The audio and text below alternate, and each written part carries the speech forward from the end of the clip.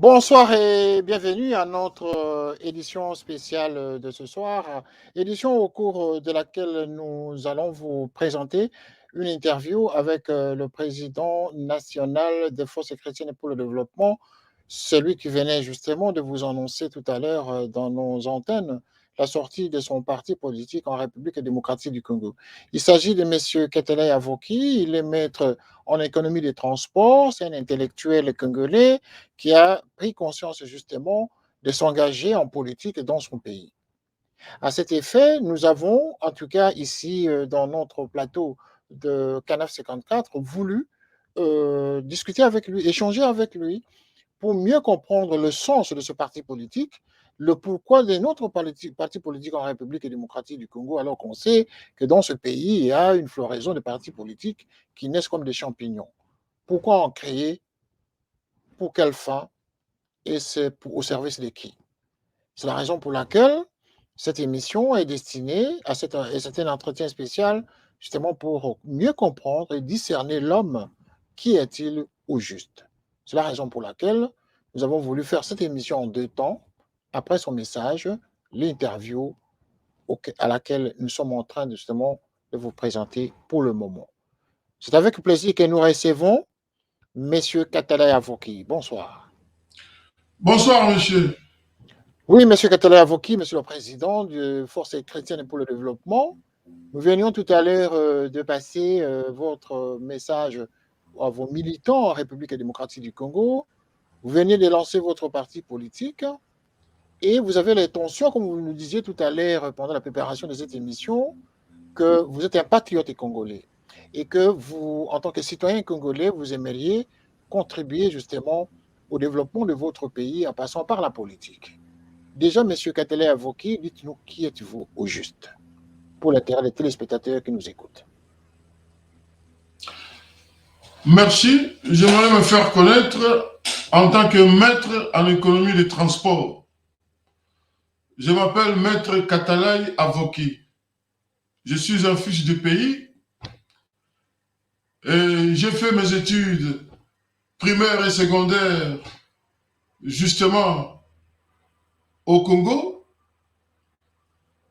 Puis après, mes humanités commerciales et administratives, je suis allé avec une bourse d'études en Pologne où j'ai continué les études supérieures. Après quelques années, tel que le cycle le demandait, c'était sanctionné par une maîtrise en économie, spécialité, le transport. Voilà en bref ce que je peux vous dire concernant les études. En ce qui concerne ma passion, ou soit mon intérêt sur notre nation, qui est le Congo, c'est depuis très longtemps, après mes études, que j'ai voulu contribuer aussi à cet édifice, contribuer au développement économique et social de notre pays. Étant donné que la situation politique prévaut sur l'économie et le social, j'ai jugé bon de former cette petite formation politique pour que nous puissions avoir un mot à dire, que nous puissions être écoutés, nous aussi, dans l'échiquier politique national. Voilà pourquoi... Pourquoi, quand vous dites former ce parti, cette une petite famille politique ou petit parti politique, qu'est-ce que vous entendez par là? C'est-à-dire que vous êtes encore un parti naissant qui n'a pas encore la confiance du peuple ou qui n'a même pas des adhérents encore au pays? Les adhérents, nous les avons. Tout simplement, j'ai voulu dire que c'est un parti politique naissant. C'est ce que j'ai voulu dire, mais bon. Et quelle est actuellement la représentation, la représentativité de ce parti au niveau national et sur le Au plan... niveau national, nous avons les membres qui ont déjà adhéré et qui font partie de notre parti, le noyau de cadres du parti. Mais nous n'avons pas encore fait l'expansion pour toucher les provinces et les autres petites localités à travers le territoire national. Alors, tout à l'heure, vous étiez en train de, dans votre message de tout à l'heure, vous étiez en train de décrire en quelque sorte le symbole de votre parti. Vous avez parlé de votre devise, la couleur de votre parti et tous ces éléments-là. En quoi ceci était important d'en définir aujourd'hui? J'ai surtout voulu insister sur le logo, puisque toute entreprise, toute association, quand ça veut se faire connaître, c'est par le logo. Alors, à travers notre logo, on s'est inspiré sur les éléments que vous voyez là-bas. Nous avons en premier lieu la personne qui arrose et qui lance la bénédiction et la matière première sur le sol congolais, et tenant à sa gauche le bâton de commandement, le bâton de berger, on peut dire. C'est une image que j'ai voulu représenter en la personne de Jésus-Christ, celui qui a bien voulu donner la bénédiction sur le Congo. En deuxième lieu, vous avez la couleur verte qui représente la flore et le faune qui est tout à fait dans notre pays à travers tout le territoire.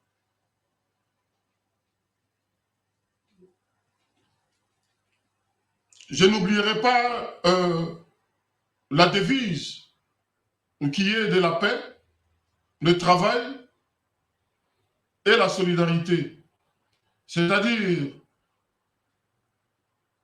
nous tentons et nous allons mettre tous nos efforts pour œuvrer et avoir la paix à travers tout le territoire. Puisque lorsqu'on aurait conquis la paix, on pourrait avoir la liberté de travailler et par le travail, nous pourrions avoir la production et la production nous permettra de redistribuer nos richesses pour enfin œuvrer dans la solidarité entre peuples. Vous parlez des chrétiens, hein, force chrétienne.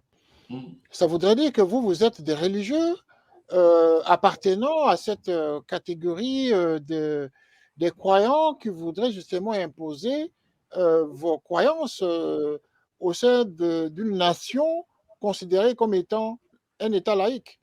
Est-ce que vous savez que le Congo, c'est un État laïque où les dénominations religieuses ne doivent pas l'emporter sur l'intérêt national, sachant qu'il y a plusieurs sensibilités religieuses dans ce grand pays que l'on appelle le Congo démocratique? Pourquoi cette appellation, ce choix du christianisme à l'intérieur de la dénomination de votre parti? Est-ce que ça tient la route?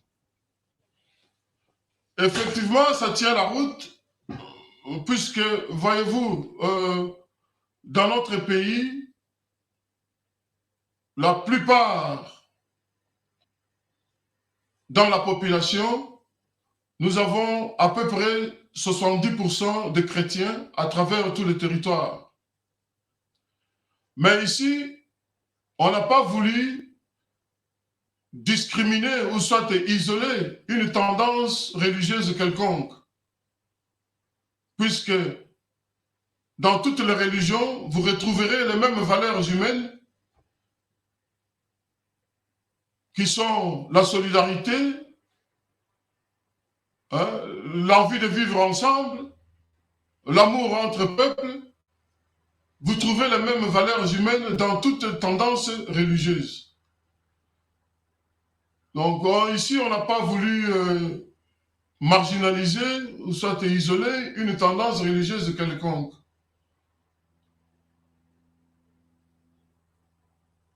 Voilà. Oui, oui, mais quand vous dites que vous n'avez pas marginalisé, mais déjà le fait de dire force chrétienne, mais les musulmans sont exclus, les orthodoxes sont exclus, les athées sont exclus. Vous comprenez ça? Mais ce sont des Congolais. J'insiste que je n'aimerais pas ici isoler une quelconque tendance religieuse, puisque les mêmes Mais valeurs est-ce que que partagent. vous avez pensé à ce que cela dirait de l'appellation que vous avez collée à votre parti, les non-chrétiens? Les non-chrétiens ne devraient pas ici euh, faire discriminer une religion quelconque, puisque les mêmes valeurs que partagent les chrétiens, les musulmans, par exemple, en partagent. Vous trouverez la bonne gestion chez les musulmans comme chez les chrétiens. La même gestion, le même amour qu'éprouvent les musulmans entre eux et entre d'autres peuples, c'est le même amour que partageraient les chrétiens. La solidarité que ferait, qui est chez les musulmans peut aussi être chez les chrétiens aussi. Donc, on n'a pas voulu isoler qui que ce soit. Au contraire, tout le monde devrait voir ici d'abord la bonne gestion que nous allons prôner à travers notre parti. OK. Il y a aussi Et un la aspect solidarité. dans votre discours que nous avons retenu ici au studio. Vous parlez de la nouvelle gouvernance. Au sein de votre parti, vous prônez la nouvelle gouvernance. Qu'est-ce que vous entendez par là? La nouvelle gouvernance ici voudrait faire voir, nous voulons ramener une gestion claire dans les affaires publiques de l'État. Nous voulons éviter ici la gabegie qui sévit le pays pour le moment. Nous voulons ramener ici l'élan chez le peuple qui va bénéficier de la bonne gestion que nous allons ramener en tant que chrétiens. C'est surtout la nouvelle gouvernance que nous allons ici amener dans notre parti politique. Et donc, pratiquement, quand vous dites en tant que chrétien, ça sous-entend que les gens devaient vous faire confiance parce que vous êtes chrétien. Vous ne voyez pas sur le terrain les dégâts qui sont occasionnés par la plupart des clergés aujourd'hui qui sont des chrétiens au Congo démocratique. Ça ne vous a pas tiqué de ne pas utiliser cette notion de chrétien alors que aujourd'hui au Congo, on constate que l'Église quand même chrétienne a failli à ses responsabilités et ça a inquiété beaucoup de gens. Et évidemment, ici, je voudrais faire la différence entre les soi-disant chrétiens que nous appelons toujours jusqu'à présent chez les catholiques, qui fait la différence avec cette chrétienité que nous allons amener, nouvel éveil spirituel. Donc, la chrétienité ici que nous amenons, c'est la bonne gouvernance, sans toutefois isoler que ce soit les musulmans ou les autres tendances religieuses. Vous parlez dans votre devise du parti, la paix, le paix, travail et solidarité. Est-ce que vous pensez qu'au Congo, ces trois éléments sont en souffrance? Notre pays connaît une guerre qui a perdu, une guerre depuis 2 décennies. Et cette guerre a fait perdre beaucoup de populations à l'est de notre territoire. Quand je parle de la paix, c'est-à-dire que nous amenons cette tendance, ou soit cette influence, nous amènerons quelques idées, nous allons nous faire écouter à travers le pays pour que on œuvre à la paix qui est tant recherchée par les citoyens, surtout de l'Est de notre République. Donc, pour vous, il n'y a pas la paix, il n'y a pas du Il n'y a travail. pas la paix puisque c'est depuis 2 décennies que cette partie de l'Est souffre avec des guerres. C'est depuis plus de 2 décennies aujourd'hui. Nous sommes en guerre. Et vous avez quel mécanisme que vous allez amener aux Congolais pour mettre fin à la guerre d'une part et ramener du travail aux Congolais en leur redistribuant, comme vous avez dit tout à l'heure, en leur facilitant cette notion de la solidarité. De quelle manière vous allez opérer? Quel est le mécanisme que vous allez utiliser justement pour que ces trois éléments, ces trois facteurs soient réunis et que les Congolais enfin disent voilà l'homme qu'il fallait? C'est comme je venais de dire tout à l'heure, nous devons d'abord œuvrer pour la paix. Puisque une fois que nous aurons la paix, nous pourrons travailler. Mais si nous avons la paix et que nous avons les dispositions, c'est-à-dire que nous avons l'occasion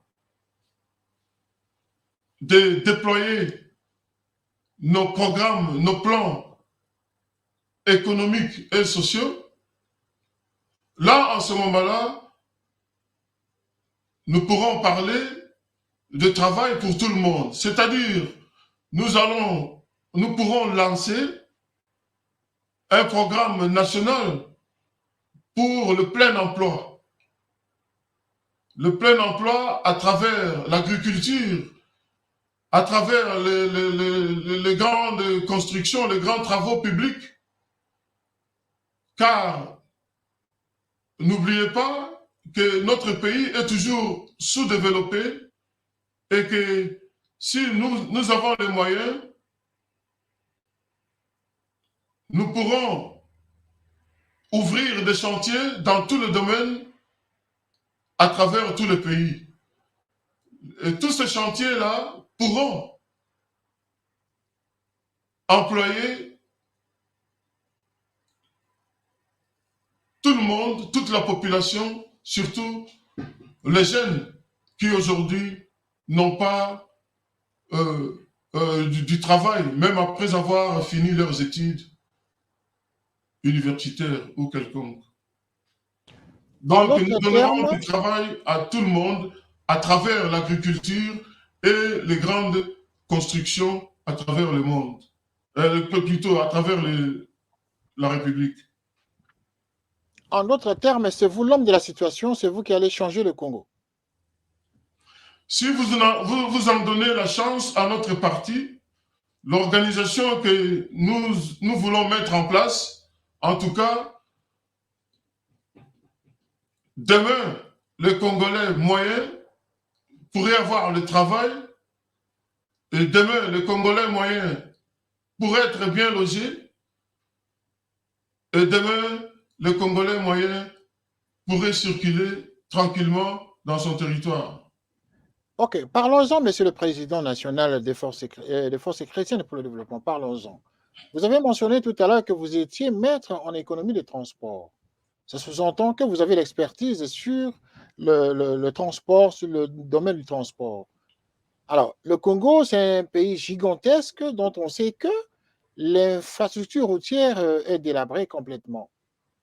Vous qui êtes expert ou maître en économie des transports, comment allez-vous pallier à cette difficulté au Congo?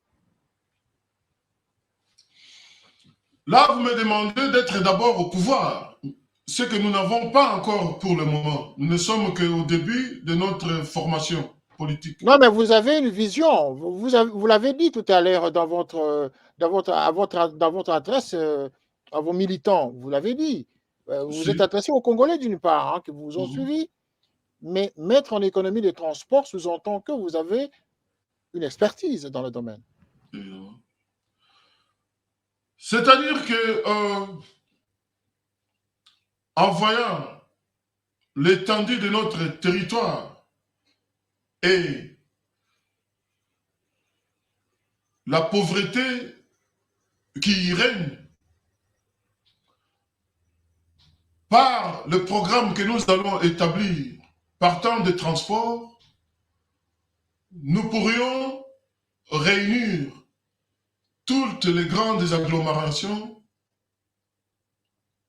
avec les transports et même les petites localités là où nous pourrions développer l'agriculture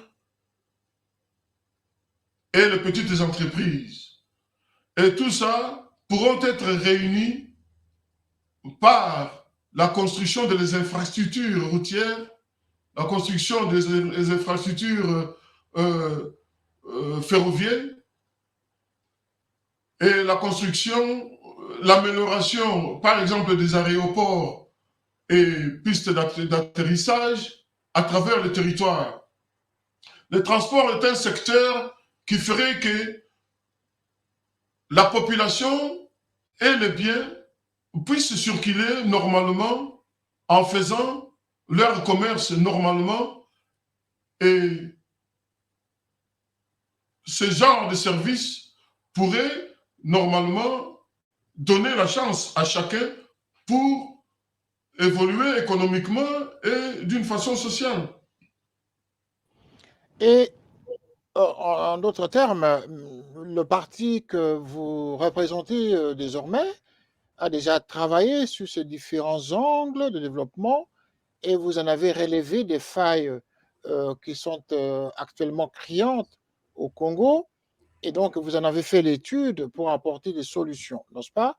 Et bon, voilà, la question maintenant, c'est de savoir quel serait votre reproche aux différents régimes politiques qui ont géré le pays et qui n'ont pas su répondre à cette exigence ou à ce besoin que les Congolais, justement, sont en Monsieur le souffrance depuis journaliste, vous des années. n'êtes pas sans ignorer que depuis que nous avons acquis l'indépendance dans ce pays, jusque même il y a quelques années, les structures et les infrastructures routières plutôt, n'ont pas été développées depuis l'époque coloniale. Lorsque nous avons vu l'indépendance, sans parler de la première République, la deuxième République qui a eu l'occasion et l'opportunité de régner pendant 32 ans, n'a pas changé, n'avait pas changé, n'avait pas construit de routes en plus de ce que les colons avaient laissé. Alors, au lieu de donner la chance en faisant des expansions de routes ou soit d'amélioration de routes, on a vu que les routes se sont dégradées davantage. Et vous remarquerez que depuis les années 70, toutes les courbes de l'économie nationale ont baissé.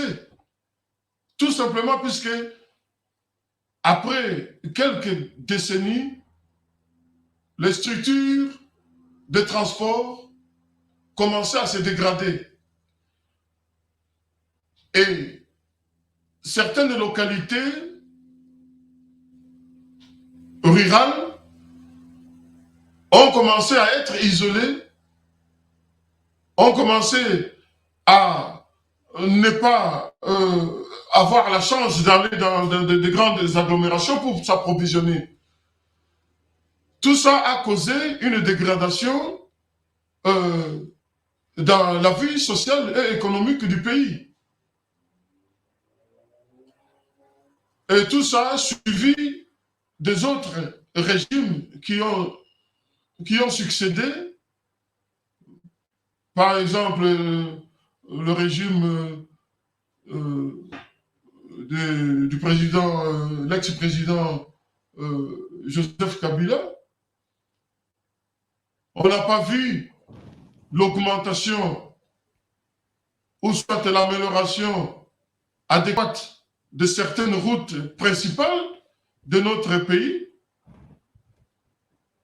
Et on a vu que dans certaines localités, les productions agricoles ne savaient pas, les producteurs agricoles ne savaient pas écouler leurs marchandises. Et il y avait que le transport aérien qui pouvait réunir les localités à travers le pays. Tout ça, ça donnait une mauvaise croissance, un déclin dans la production économique de notre pays. Voilà, Monsieur le Président national de Force chrétienne et pour le développement, nous sommes en direct et il y a beaucoup de téléspectateurs justement qui réagissent et pour le moment, c'est une chaîne panafricaine internationale qui est suivie dans plusieurs plateformes et nous sommes suivis également sur satellite dans la zone anglophone et nous avons là des messages en tout cas qui nous viennent actuellement de Zimbabwe. Nous avons 12 questions de Zimbabwe. Voilà, on interpelle à parler de Zimbabwe et également des Congolais qui réagissent également, qui posent des questions. Donc, je pense que nous allons revenir dans quelques instants pour vous rafraîchir un tout petit peu la mémoire, de sorte que vous puissiez répondre aux nombreux téléspectateurs qui commencent à s'intéresser à votre discours de tout à l'heure. Et donc, je vais vous demander de souffler un tout petit peu pour nous permettre justement d'organiser ce questionnaire, en tout cas, qui se développe là, et de sorte que vous puissiez entrer en direct en discussion avec tous ceux qui pourraient probablement adhérer à votre parti, car ils sont tous des patriotes, des citoyens congolais comme vous, qui sont intéressés justement à écouter votre discours. Donc, je vais vous recommander en tout cas, à tous ceux qui nous suivent pour le moment, 2 minutes d'intermède et nous allons revenir. Monsieur le Président national, à tout à l'heure. Gardez votre siège. Canap 54 TV, la première chaîne généraliste culturelle et d'information de l'Afrique vers le monde. Canap 54, Canap 54, Canap 54, Canap TV. Africa 54 est la première chaîne de télévision panafricaine, généraliste et d'information de l'Afrique vers le monde. Chaque pays africain devrait avoir un représentant œuvrant en son sein afin de permettre l'éclosion des talents, pouvant également jouer de pont avec nos pays respectifs. Bref, nous sommes panafricanistes au sens absolu du terme. Canal Africa 54, dans sa devise, la première chaîne généraliste culturelle et d'information de l'Afrique vers le monde.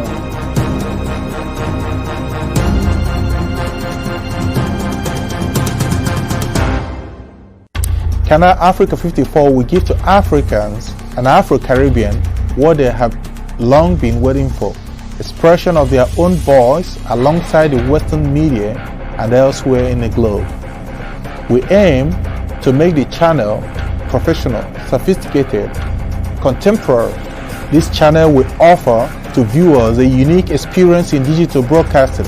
Our broadcasting and creative departments are dedicated towards having a constant flow of interesting and exciting programs.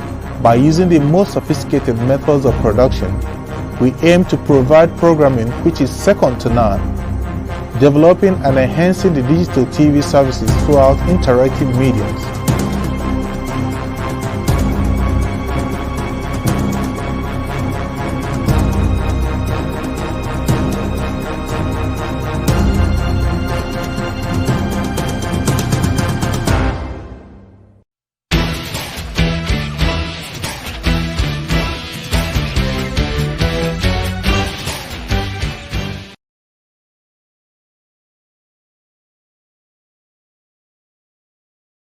Merci de nous retrouver pour cette deuxième partie de notre émission Géopolitique, émission au cours de laquelle nous sommes en train d'échanger avec un leader politique de la République démocratique du Congo.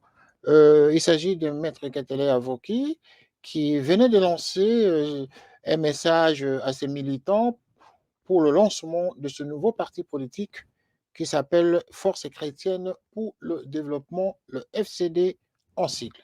Il est avec nous en direct et dans cette deuxième partie de l'émission, nous allons parler avec lui, surtout évoquer ensemble l'actualité du moment et faire aussi allusion à tout ce qui s'est passé récemment au Congo démocratique, en passant par l'entrée des troupes ougandaises en République démocratique du Congo, la libération de M. Vital Kamerhe.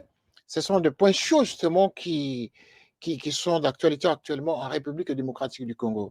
Mais avant d'aborder ces deux questions d'actualité, nous allons parler avec Monsieur le Président Katele Avoki. D'abord, il va répondre aux questions des téléspectateurs. J'ai dit tout à l'heure que nous avons des questions du Zimbabwe.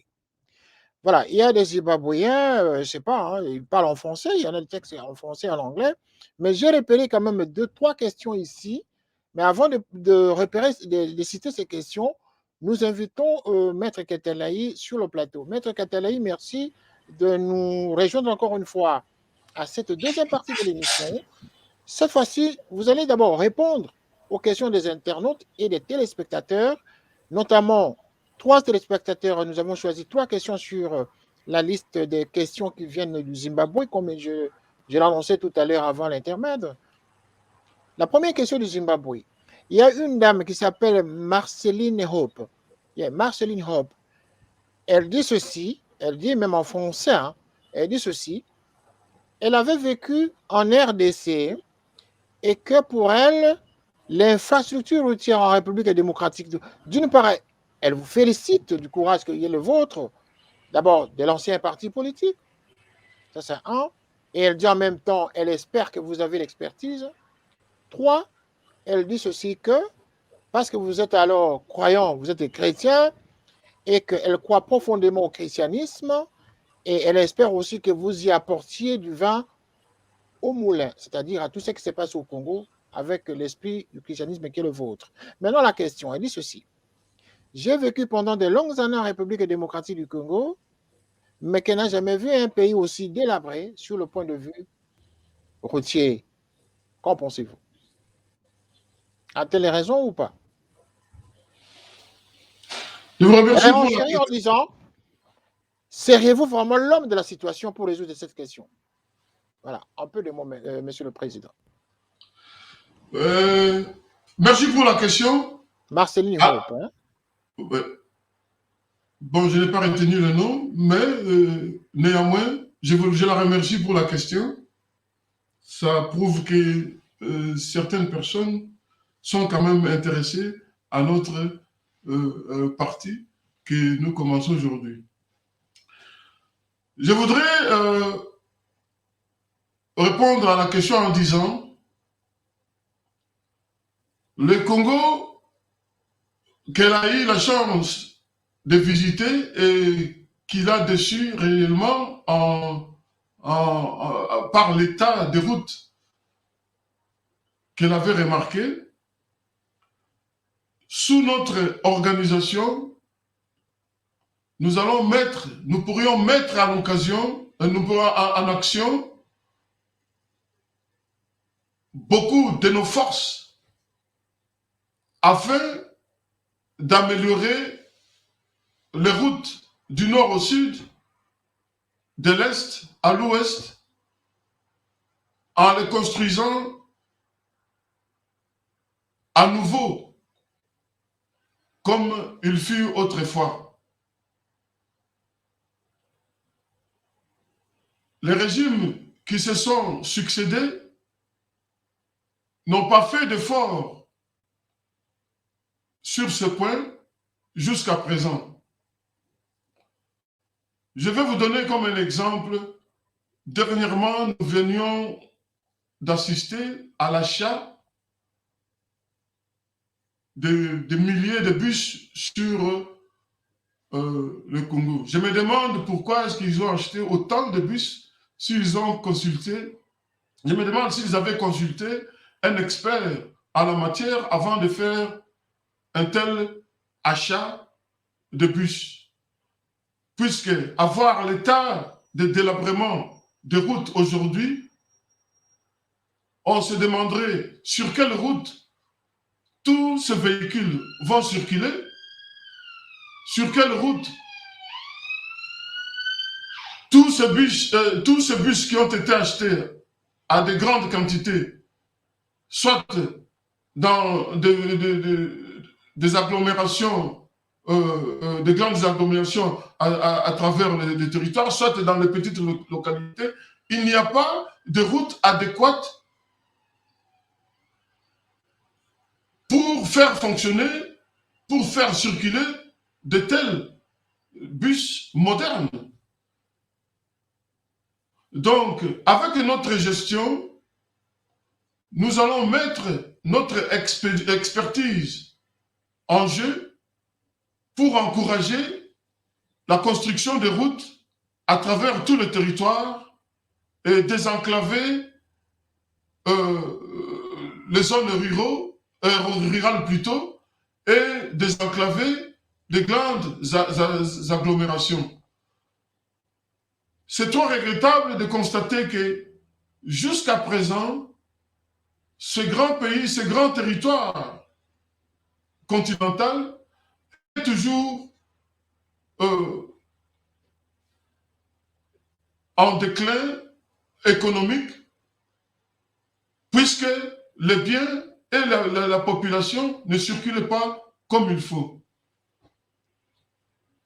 Voilà ce que je peux Voilà, dire. monsieur Thibault Niang, toujours de ce côté-là, de Zimbabwe, dit ceci.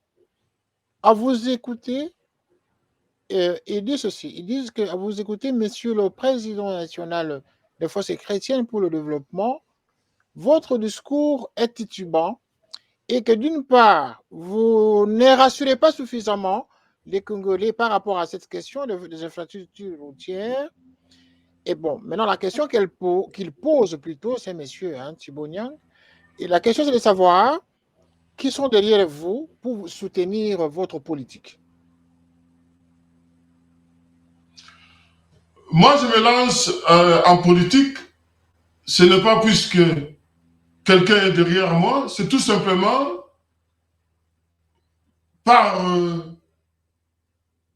vocation, par nécessité, à voir que notre pays aujourd'hui et notre peuple aujourd'hui est blessé, notre peuple aujourd'hui est maltraité, aujourd'hui notre peuple est délaissé.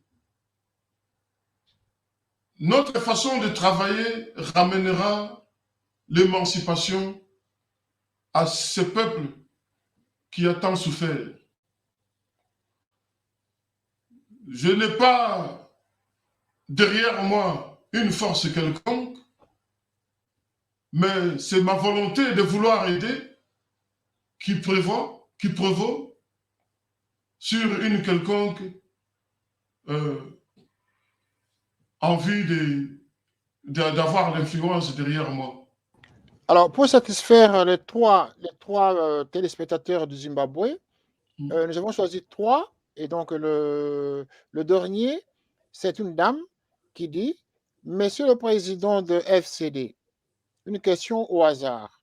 Si vous prenez le pouvoir demain, allez-vous légaliser l'homosexualité en RDC? Voilà.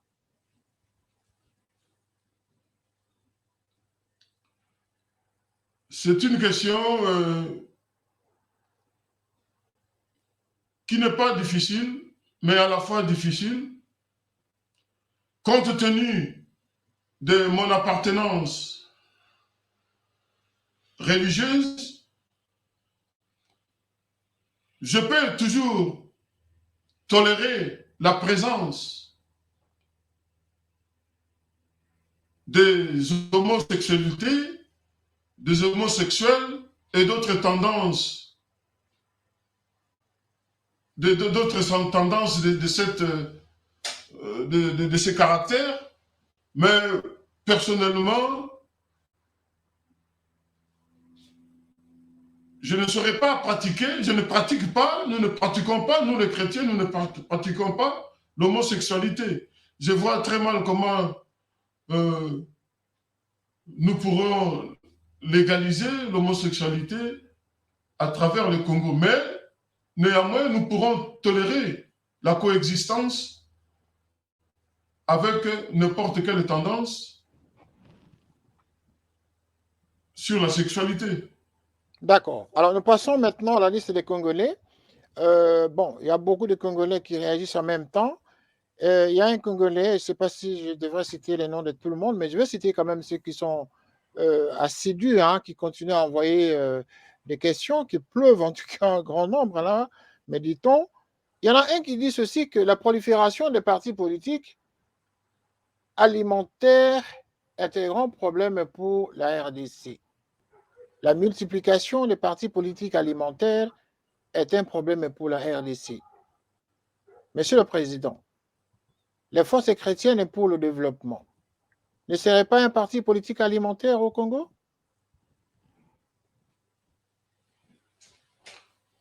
Non, pas du tout. Moi, j'ai eu cette idée tout simplement en constatant que toutes les formations politiques que nous avons et que nous avons eues, et même jusqu'à présent, n'ont fait que négliger les besoins socio-économiques de notre population. Donc, il faut que nous amenions une nouvelle idée, une nouvelle gouvernance pour que nous n'agissions pas comme les autres. S'il faut s'adhérer aux autres partis politiques ou soit s'allier aux autres partis politiques, je ne vois pas l'importance pour le moment. À moins que les circonstances de l'avenir nous prouvent autrement. Mais pour le moment, je ne vois pas pourquoi je prendrai les efforts, nos efforts réunis pour s'allier à une quelconque formation politique en place. Et quelle est votre grande vision en lançant votre parti politique? Quelle est la grande vision qui est derrière ça? La grande vision est celle-ci. Comme tout parti politique, nous aspirons aussi à un jour accéder aux affaires et faire activer, mettre en œuvre notre vision de voir les choses, notre vision de gérer les choses publiques, notre vision de gérer la République. Donc, vis-à-vis des souffrances que connaît notre population aujourd'hui, nous ne pouvons pas rester indifférents et regarder le déclin, soit culturel, le déclin économique, le déclin social de notre population. Monsieur le Président, je vous ai dit tout à l'heure que nous sommes en direct et beaucoup de gens, beaucoup de téléspectateurs posent des questions. Vous avez parlé tout à l'heure vous avez donné tout à l'heure votre position sur l'homosexualité. Question qui a été posée à partir de Zimbabwe. Maintenant, il y a un Congolais qui répond à la même question en vous interpellant, en vous disant que l'homosexualité existe même au Vatican. Vous dites l'homosexualité qu'on n'est pas. Vous n'allez pas légaliser plutôt. Quelle est votre réflexion à cette question? Le Vatican, il y a l'homosexualité là où se trouve le pape, le symbole du christianisme. Le Vatican peut être un symbole du christianisme pour certains, mais en ce qui me concerne, et je pense que la plupart des chrétiens à travers le Congo partageraient mon avis. En ce qui me concerne, je ne pense pas que le Vatican soit un exemple en cette matière. N'oubliez pas que depuis très longtemps, on a toujours un avis, on a toujours cru que le Vatican était exemplaire, mais au fil du temps, en se plongeant réellement dans la spiritualité, nous avons remarqué que leur dire ne corrobore pas avec leurs actes. C'est ça mon avis, que je pense ne serait pas partagé par tout le monde, mais la plupart au Congo sait déjà que le Vatican n'est pas exemplaire sur ce point de l'homosexualité. Vous en avez des éléments de preuve quand vous dites ça? Excusez-moi? Vous avez des éléments de preuve quand vous dites que le Vatican n'est pas un exemple? Si je savais que cette question allait m'être posée, j'allais vous amener des éléments de preuve. Merci, Monsieur le Président. Merci, le Président. Nous n'allons pas vous permettre de parler de cette question en direct. Nous sommes en direct en tout cas. Et parler du Vatican avec des éléments de preuve, ceci ne sera que réservé dans d'autres circonstances qui seront probablement organisées au cours de différentes émissions que nous faisons à travers notre chaîne panafricaine. Merci, Monsieur le Président. Nous allons passer à la dernière partie de cette émission. Mais avant d'y passer, nous allons vous poser la dernière question du même téléspectateur qui dit que par rapport à votre domaine de transport, il dit ceci que comment allez-vous financer les travaux d'infrastructures routières puisque sans infrastructure, impossible de développer l'agriculture dans ce vaste pays. Comment allez-vous vous y prendre? Et le téléspectateur qui pose cette question, c'est le même qui a posé la question sur l'homosexualité, et je me permets de citer son nom, il s'appelle Monsieur Bwanapoa Lubuku. Monsieur Bwanapoa, merci de nous suivre en direct là où vous êtes, et voyez-vous que nous avons quand même soulevé les deux questions que vous avez posées, qui sont des questions pertinentes et parmi tant d'autres. Monsieur le Président, à vous la parole. Les mêmes revenus qui sont dilapidés à travers le territoire, les mêmes sources de revenus qui sont mal gérées par les différents régimes sont toujours là. Sauf qu'il faut tout simplement changer la gestion. Avec la nouvelle gouvernance, avec l'esprit chrétien, nous allons amener le respect et la bonne gestion des affaires publiques qui ferait qu'il n'y aura pas beaucoup de gâchis, ou soit il n'y aura pas beaucoup de détournements, et avec ça, ça pourra nous permettre d'avoir les moyens pour notre politique. Imaginez-vous, rien qu'en vous citant les dernières sur les dernières nouvelles, bon, nous connaissons des agents de l'État qui ont détourné plusieurs millions. Et avec ça, plusieurs millions. On va y sont arriver à déjà- cette question des détourneurs de plusieurs millions, mais terminez l'idée, hein. Terminez votre idée à la question de l'intervention. C'est-à-dire que lorsque nous aurons amené et appliqué la bonne gouvernance, la bonne gestion de l'affaire publique, le respect de fonds publics, nous aurons assez de fonds pour pouvoir financer nos projets de construction de routes. Puisque nos matières premières continuent à être vendues, nos produits agricoles continuent à être produits, mais seulement les éléments qui gèrent toutes ces affaires publiques n'ont pas le respect voulu pour la chose publique.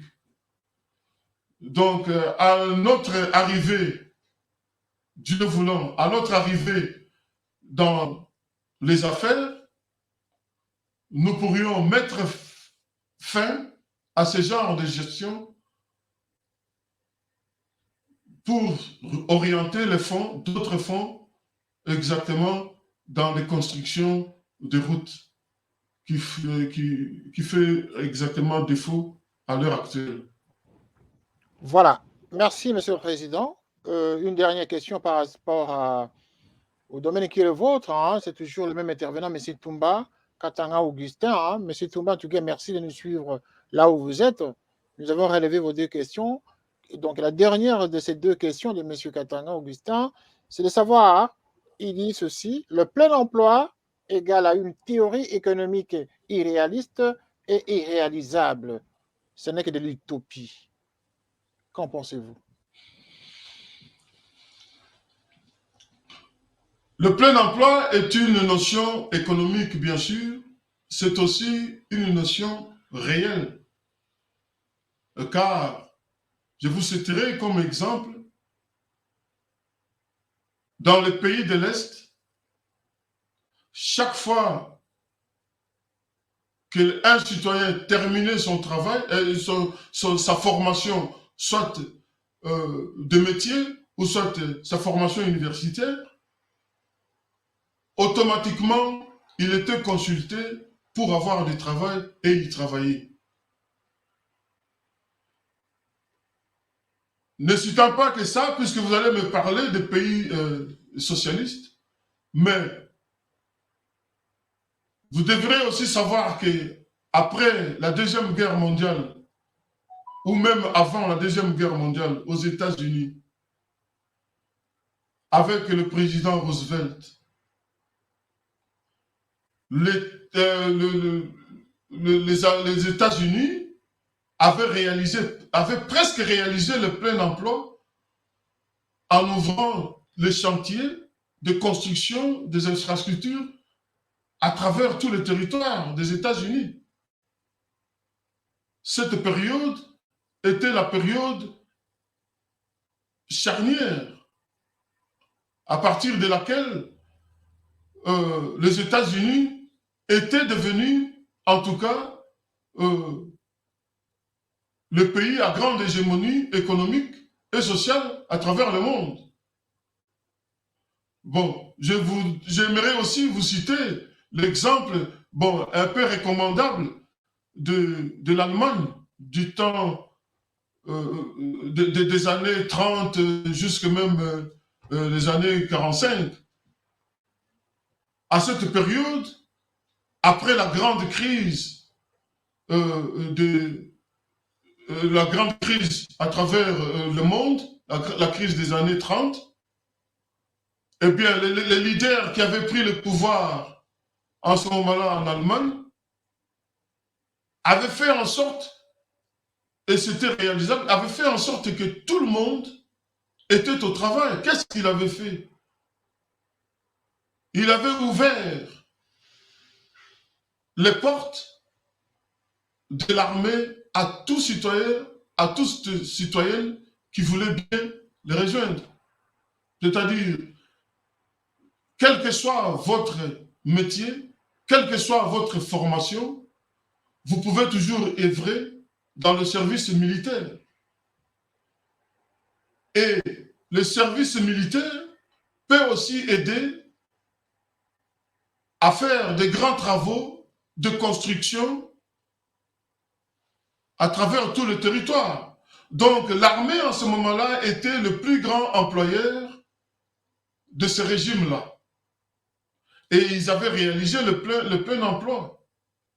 Si aujourd'hui vous parlez de l'Allemagne en bon terme, en bon terme dynamique, c'est puisque cette période a eu le plein emploi et qu'il y a eu un leader digne de ce nom.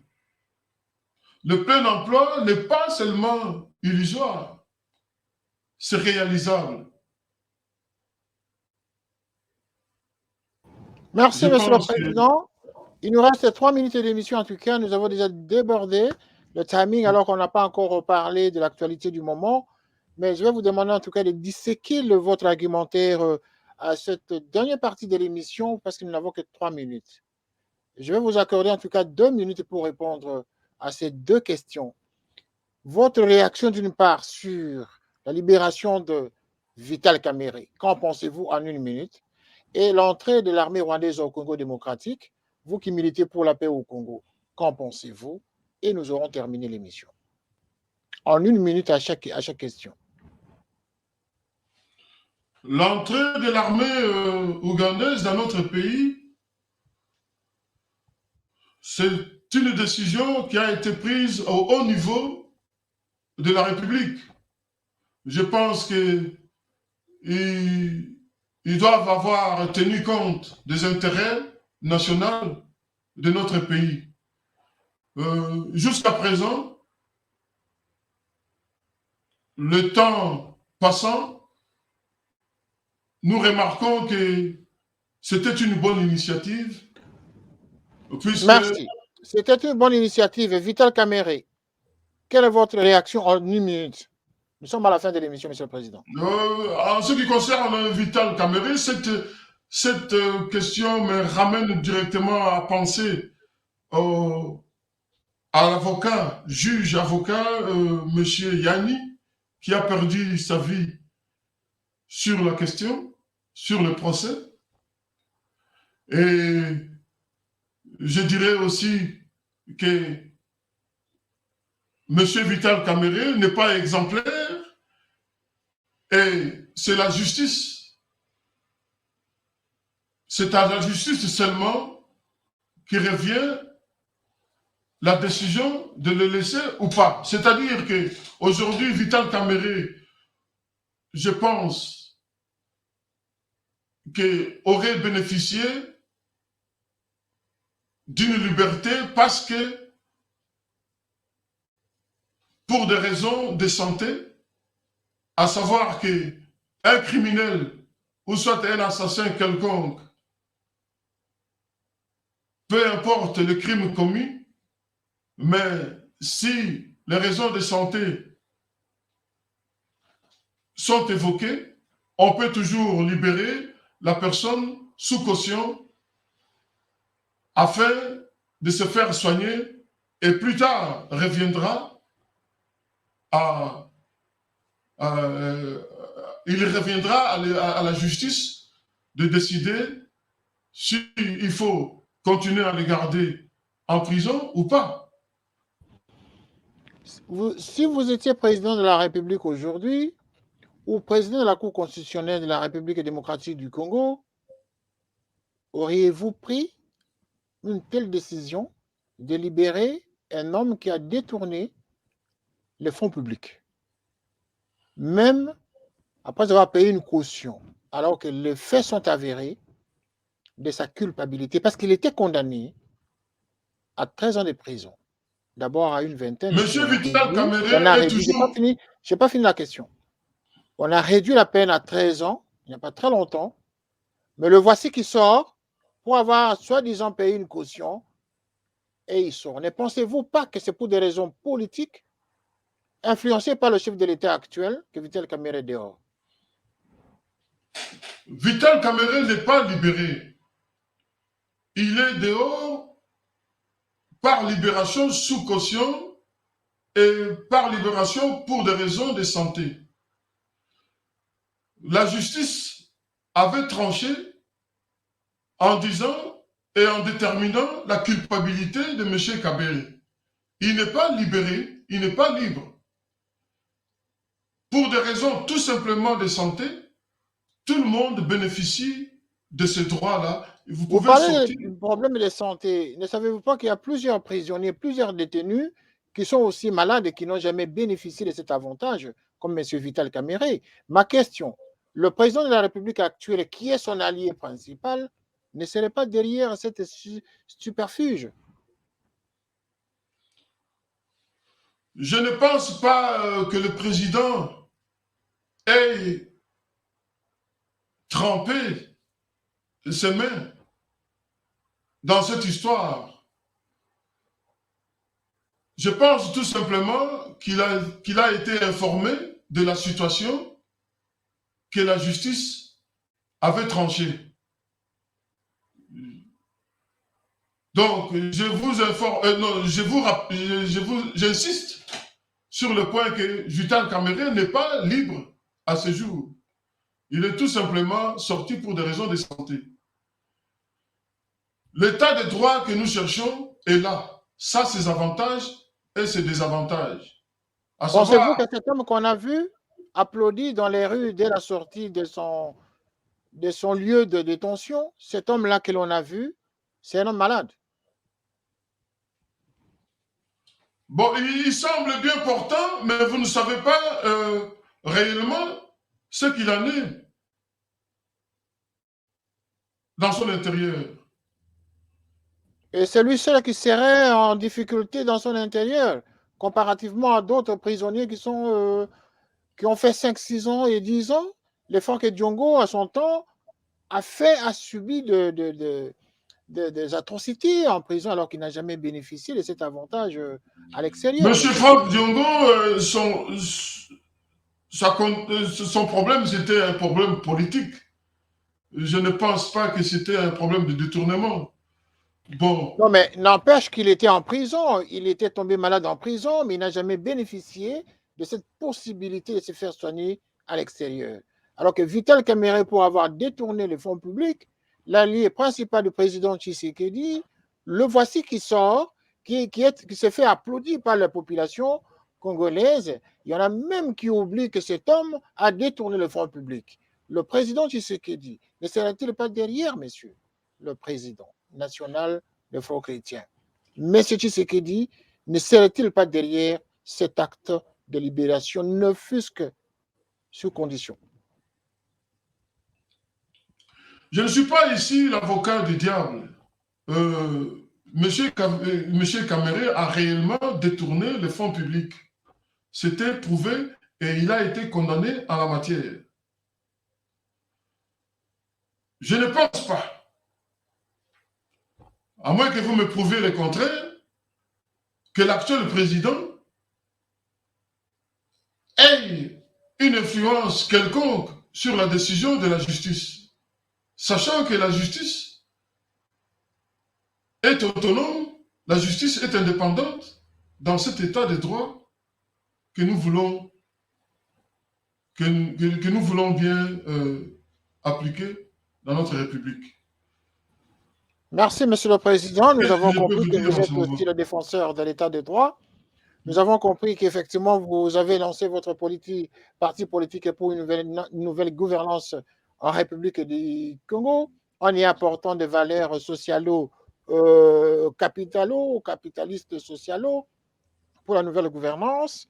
Nous avons compris également que vous seriez contre la légalisation de l'homosexualité.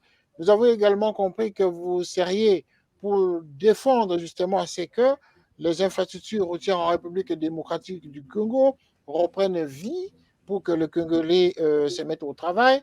Nous avons compris aussi que vous avez derrière vous personne en appui, si seulement que vous n'avez que votre force et votre conviction ainsi que votre vision pour changer le Congo démocratique et pour y apporter des solutions idoines à ce que les Congolais se retrouvent.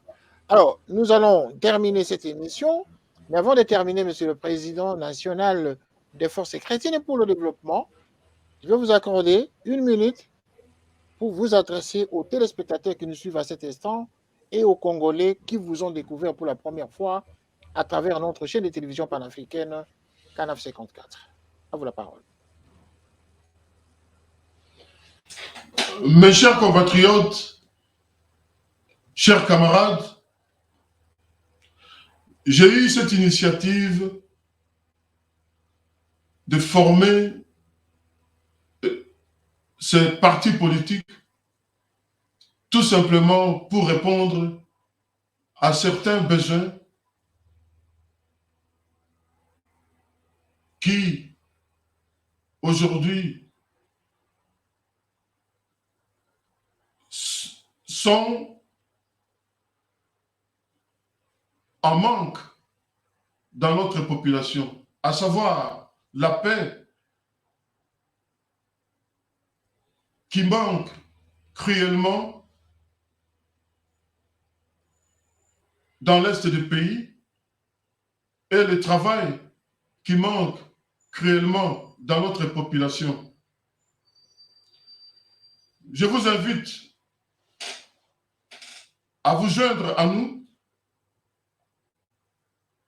pour que nous puissions ensemble faire valoir nos opinions aujourd'hui dans notre échiquier national, politique national, que nous ayons aussi un mot à dire sur la politique nationale et qu'enfin notre peuple soit libre et émancipé. Je vous remercie. Merci beaucoup. Merci en tout cas à tous ceux qui nous ont suivis ce soir. Hein. La soirée était tellement longue avec la sortie de ce parti politique et qui nous a pris pratiquement au moins 3 heures de temps à diffuser non seulement le message officiel de la sortie de ce parti politique, également l'interview que nous venions de réaliser tout à l'heure avec le président national, M. Katele Avoki, qui est avec nous ce soir et à qui, en tout cas, nous souhaitons bon vent pour cette longue traversée que vous allez connaître justement avec le combat politique en République du Congo, pays auquel il y a une floraison des partis politiques, tout en espérant que vous allez vous démarquer des autres et imposer votre marque. Merci, Monsieur le Président des Forces chrétiennes pour le développement, le FCD. Merci et à très bientôt chez vous. Au revoir. C'est à moi de vous remercier. Voilà. Merci. Merci à vous tous qui nous suivez ce soir. Merci d'avoir suivi Géopolitique ce soir sur Canal 54. Merci encore une fois pour votre fidélité, à tous ceux qui nous ont écrit ce soir, à vous tous qui continuez à nous écrire pour nous donner vos avis et commentaires sur les différentes émissions que nous sommes en train de diffuser depuis la rentrée. Et en tout cas, nous vous souhaitons de manière anticipative bonne fête des vacances, bonne fête de Noël et de Nouvel An pour ceux qui ne vont pas revenir à nos antennes. En tout cas, merci encore une fois et bonne soirée chez vous. À très bientôt.